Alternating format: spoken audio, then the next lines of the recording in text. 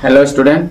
आज मैं तुम्हारे लगत आलोचना करिम नवम मान श्रेणीर सोशियल साइंसर राजनीति विज्ञानर प्रथम चैप्टार प्रश्नসমূह और ये प्रश्न मैं क्लास टेस्टर पर आरम्भ कर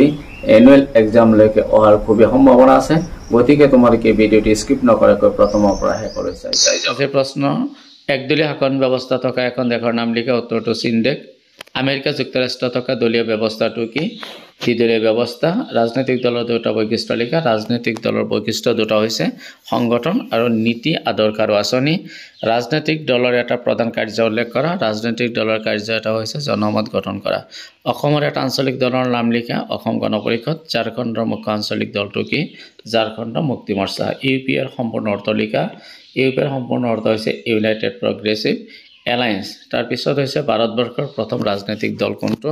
ভাৰতীয় জাতীয় কংগ্ৰেছ কাৰ নেতৃত্বত দি ইণ্ডিয়ান এছ'চিয়েশ্যন গঠন হৈছিল সূৰ্যনাথ বেনাৰ্জীৰ নেতৃত্বত ভাৰতীয় জাতীয় কংগ্ৰেছৰ প্ৰথম সভাপতি উমেশ চন্দ্ৰ বেনাৰ্জী বহুদলীয় ব্যৱস্থা থকা এখন দেশৰ নাম লিখা ভাৰত বাংলাদেশ পাকিস্তান ভাৰতৰ প্ৰথম আঞ্চলিক দলটোৰ নাম কি আছিল ডিএমকে ভাৰতৰ চতুৰ্থ ৰাজনৈতিক দলটোৰ নাম কি স্বৰাজ পাৰ্টি 1922 চনত কোনটো ৰাজনৈতিক দল ভাৰতীয় জাতীয় কংগ্ৰেছলৈ সামিল হৈছিল স্বৰাজ পাৰ্টি সামিল হৈছিল ভাৰতবৰ্ষৰ ইতিহাসৰ প্ৰথমটো বাওঁপন্থী দল কোনটো ভাৰতীয় সাম্যবাদী দল ভাৰতত প্ৰথম সাধাৰণ নিৰ্বাচন কিমান চনত অনুষ্ঠিত হৈছিল 1952 চনত প্ৰথম সাধাৰণ নিৰ্বাচনত কিমানটা সৰ্বভাৰতীয় ৰাজনৈতিক দল আছিল 14টা কেন্দ্ৰত কিমান চনত মৰ্চা চৰকাৰ গঠন হৈছিল 1977 চনত কেন্দ্ৰত প্ৰথমতে কাৰ নেতৃত্বত মৰ্চা চৰকাৰ গঠন হৈছিল মোৰাৰজী দেশাইৰ নেতৃত্বত এনডিএৰ সম্পূৰ্ণ অৰ্থ কি নেশ্যনেল ডেমক্ৰেটিক এলায়েন্স ভাৰতবৰ্ষত